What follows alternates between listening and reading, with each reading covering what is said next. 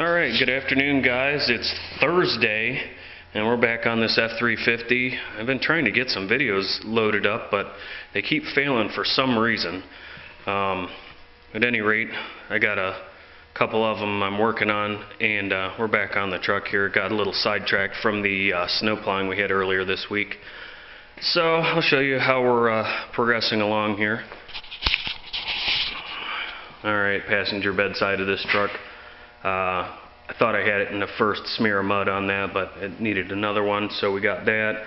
We're DAing down the sides of the truck to get all that orange peel out. I decided, I think I might have mentioned it, I am going to fix all the dents in this bedside. So we got that, and then go over to the driver's side. This one I'm about finished with. This one I've got a coat of glaze on it, and this side really has the major amount of dents in it. The other side isn't too bad. And we still have the door bottoms yet to get to, but we got sidetracked with that snow plowing, and I've got a video of some of that and a little chat going on, but that video just keeps failing. I can't get it to upload, so I'll keep working on that, and I'm going to keep picking away at this truck, and I'll give you guys a little bit more progress later on. We're just waiting for this glaze on this side and that second smear of mud on the other side to kick off and dry up for me so I can get sanding on it. But meanwhile, until I get a tripod going here, don't have the shaky cam going on and trying to hold while I'm sanding and doing all that kind of stuff. So at any rate, I'll get back. Guys, good morning, happy Friday. We're back on the F350. Got a late start this morning. Wasn't feeling too good this morning. I think maybe I caught some bug or something, but we're out here. We got the heat going. That's what the roar in the background is.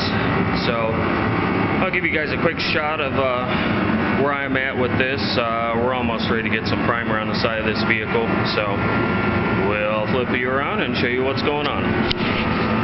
Alright, we had some dents down there. This is driver's side rear of the bed. Put thin coat of icing on those. They were little, but the whole bottom side of this bed, from where it had been painted before, they must not have scuffed it too well. There's some rust spots on it. We're going to go ahead and clean those up and get some etch primer over all that bare steel. But basically right there, that bottom lip, I don't know how well you can see it, but right there where that rolls down, paint was just falling off of it down there. I didn't notice it when I originally looked at the vehicle, but we got all that taken off. And our bodywork's pretty much done there. That's ready for primer. I had some spot primed it earlier and sanded it back off just to take a peek at it. That's kind of a weird area because you've got a body line right here, and then there's a crease in this area where it turns directions and goes straight up, and there was a little ding up in there and a crease right there. And then down here there was a bunch of little, what I call pecker dents, just little bitty whatever. So we skinned that whole thing. I don't feel like messing with it. I tried to ice it, but that just wasn't quite enough. And I was using some of that icing or spot putty, if you want to call it that, for doing flexible bumper covers. Is what I had. That stuff probably works awesome for that, but it sands like crap, so I decided to put some lightweight in there. And the stuff that I'm using, it doesn't pinhole up real bad, so we ought to be able to block that out pretty good. And the other side, it's ready. Everything's been sanded, same deal. Wheel arch is done, ready for primer. Same thing this side. These Fords rust down there. My F350 did the same thing, and I repaired that prior to getting the camera, so I don't have any video of that, but we're going to be doing a similar job on that truck eventually where I do the wheel arches, but it's still got the little chip guard. It's been painted over about 3 times, it looks like, but not too many dents on this side. It's got the top of the bed rail straightened up a little bit where the paint needed feather edged up here where they taped it off and tried to spray under the plastic bed rails. But we'll go back over to the other side real quick here. Body shop Ferry came and visited me this morning and brought me a present. I'll show you that in a minute. But I don't know if I showed you guys real well in the beginning, but this whole bed rail was just all bowed up, and we straightened it out the best we could. so that the bed rails will fit down flat on it again. We have tested them. They fit pretty decent. They're a little beat up, but we're not going to go ahead and replace those. Like I said, this is a work truck. But at any rate, paint's all feathered off up in here where it was all peeling and messed up, and all my edges are sanded real good. She's about ready. Once I get that spot down there taken care of, we will get the front of the truck bagged off. I do have to do the door bottoms still, but I think I want to put the done stamp on this and at least get this part under primer. So that's what we got there. But I'll turn around here and show you what the little pixie brought me this morning. Got it halfway torn apart, but we've got a panel beater. And for those of you who don't know what this is, it's basically, excuse me, an electronic dent puller that works similar to a stud gun, except you don't use pins. It's got this, basically you have on the right side a ground clamp that's a magnet, and then on this side you have this little pin, and you press that against the steel, and that welds into the low spot on your dent, and you pull it out, and when you're done you just twist it and it breaks right loose. And that runs, I don't know how well you can see that, but there's a 12-volt battery down in there. And this belonged to a buddy of mine. He's moving, and decided it wasn't something he needed. He couldn't get it to work. It was given to him. So I'm going to see if I can get it to work. Plugged the charger in. Didn't say it was charging. It has its own little charger, which I have over here. And it's sort of halfway torn apart, but it has a battery charger for it. I was testing to see if this thing's given any output, and it doesn't seem to be. So that's why I gave up and put my big rollaway charger on it. See if I can get it to take at least a little something. And we're going to see if we can't get this to work. The battery could be shot too. It had 0 voltage in it, and I don't know how long it's been setting. And if the battery's, been somewhere where it's cold and it froze, it may be a goner. So we're going to mess around with this in between working on this truck here and see if I can't get it to work, because that's a nice little tool. I've been in the market to buy a stud gun, and I just can't bring myself to spend the money after Christmas. Everything's tight, so we're going to mess with that a little bit, and we'll get back on this truck and get it ready for primer, so I'll see you guys in a bit. Alright guys, so remember I was talking about the rust on the bottom of the door. I need to get this inner door panel off, and I figured I'd show you guys how to do one of these. Basically, up here on the armrest, there's a little cover that just clips in right there and hooks underneath there. 7mm metric bolt in there, and behind this guy there's another one.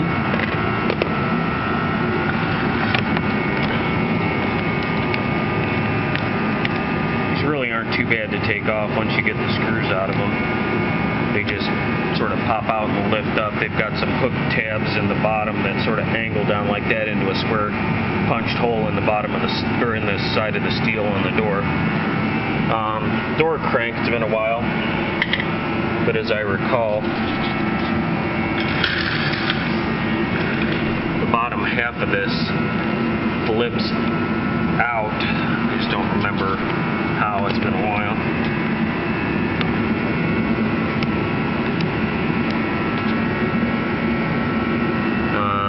Give me a second here.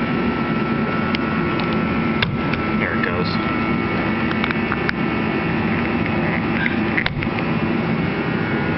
And I think that's a Torx inside there, so we'll go grab a Torx. Maybe a T20 or something like that. So go get some tools and pop that off and give you guys a quickie on how to take that thing apart. Let's see, grab all the Torx. I don't know what size it is. Not a real big one, but the door crank has to come off, so we'll get her. That looks too small. That's a 10. It might be a touch too big. That might be a 20, so let's see, maybe a 15. like it.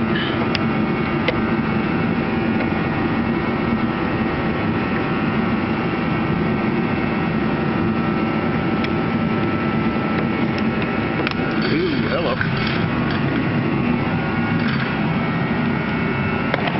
Alright, and then these just pop off like that if you don't drop the little trim washer from the back of it.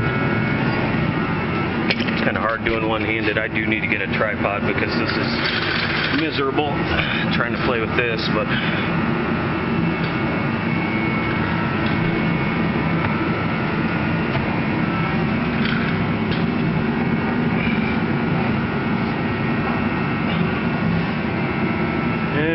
let's see. I'll be back with you in a minute. I gotta set this down, see if I can't figure out what I'm doing.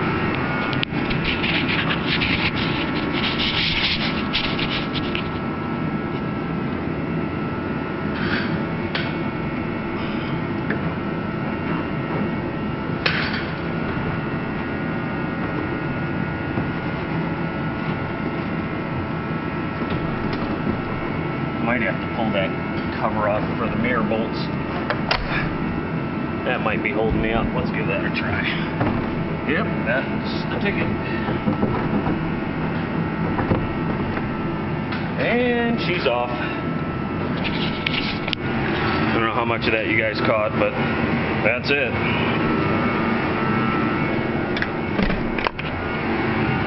So that'll give me a little more room to get up in here and get that garbage feathered out. Try and make her look pretty. Should probably pull the little door stopper off right there and get all these broken off clips. Those things don't last very long when you're trying to pull on them. Even if you know how they come out, they've probably been off before. It's probably been painted before. So we'll go with that, and I'll get back with you guys. Alright guys, we're on our way home from the shop. Didn't get as much work done on that F350 today as I had hoped to. Sort of got sidetracked, but he got the front of the truck bagged up, ready. I'll have some video probably tomorrow or Sunday on that. I'm going to try and get the bed under primer tomorrow.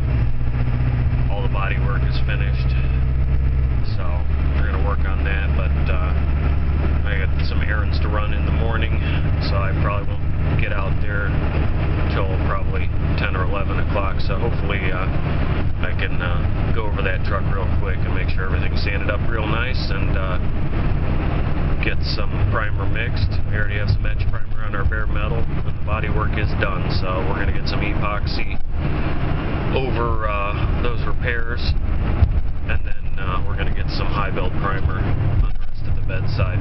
So Darren, good luck at the track tonight. You said you guys are running out there. Hope the car runs good for you. Everybody else, enjoy your evening, and we'll catch you on the next one. Alright guys, I know I said later, but I just thought about this. Everybody's putting up videos for Ray about paint disasters. A little morale booster for you here, buddy, but my paint disaster, my biggest paint disaster, I should say. I've had plenty of them. Anybody that's ever had their hand behind a paint gun has had a paint disaster at one point or another. So, my paint disaster was, I had a 23-foot, just a little cuddy cabin boat, and it was red when I got it. Gel coat was all faded, and it was what I could afford, so I decided that I was going to paint it. So I got some single-stage polyurethane and just bought a new gravity-fed HVLP gun, developed a starting line gun, and I thought, you know, this is going to be the answer to all my problems with painting. This has been maybe 10 years ago, and I got all the scratches and scuffs and everything fixed on the boat, and we primed it and had it all sanded down, and the boat was sitting on a trailer, and we had the trailer all masked with like visqueen plastic, the kind of plastic you would put under concrete before you pour it for a vapor barrier. We had that all weighted down with cinder blocks and stuff like that, and we had the top of the boat tarped off with plastic sheeting and had that all tied down nice and tight. And it got to be, you know, later in the day, and we actually had the boat outside. The boat would not fit in my shop, and it was a cooler day. It wasn't real sunny, and I started painting it probably about 4 o'clock in the afternoon. And you know, the first coat of paint went on a little gravelly. I wasn't real happy with it. Hadn't really messed with the gun a lot, so I tuned the gun up and thinned it down a little bit more, and she started to flow out real nice and looked good.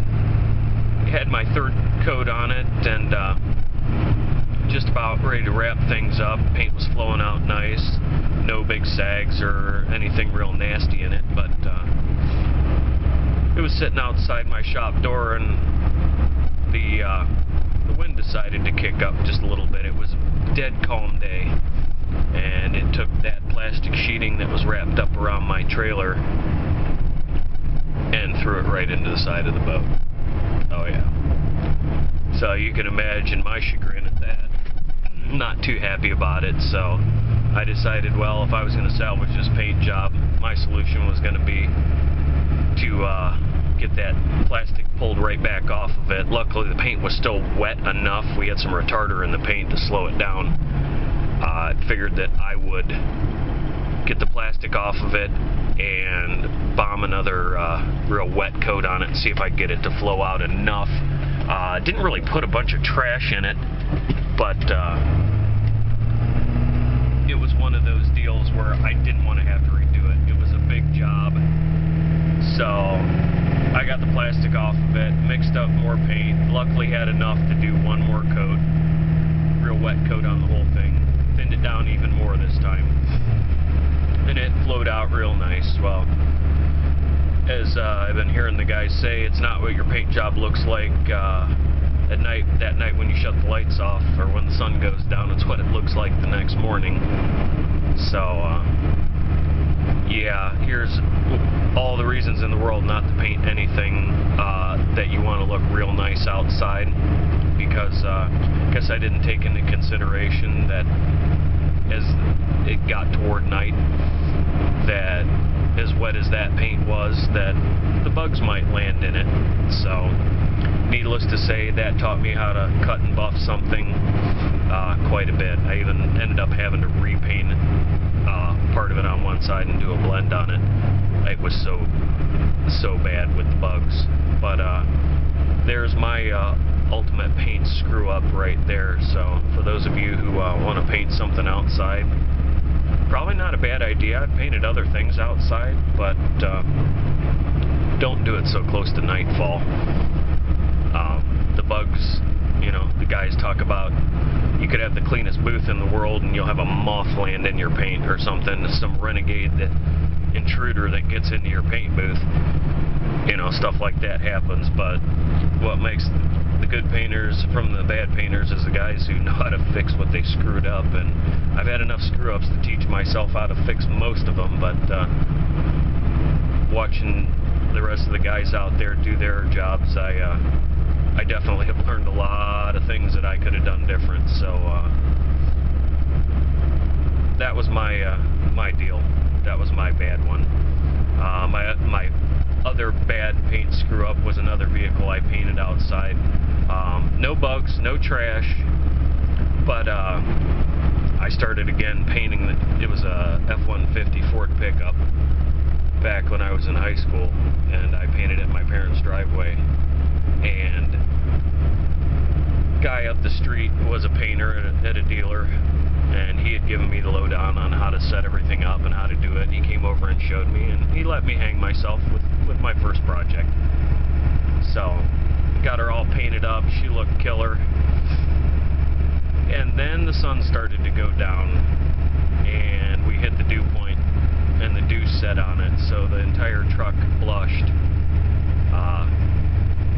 That wasn't good either. Not as bad as the boat, but we had to do some serious buffing on that. It wasn't pretty. So there you go, guys. There's my worst paint disasters, the ones I can come up with off the top of my head. I'm sure something else will pop into my head, but I think it's good to get those out in the open. I'd nearly forgotten about them. that stuff in the past. Once you learn from your mistakes, you tend to not try and recall those out of the memory banks. Try and just avoid the problem to begin with. Start doing bigger and better and trying to do things smarter. So, at any rate, there you go, guys. Have a good night.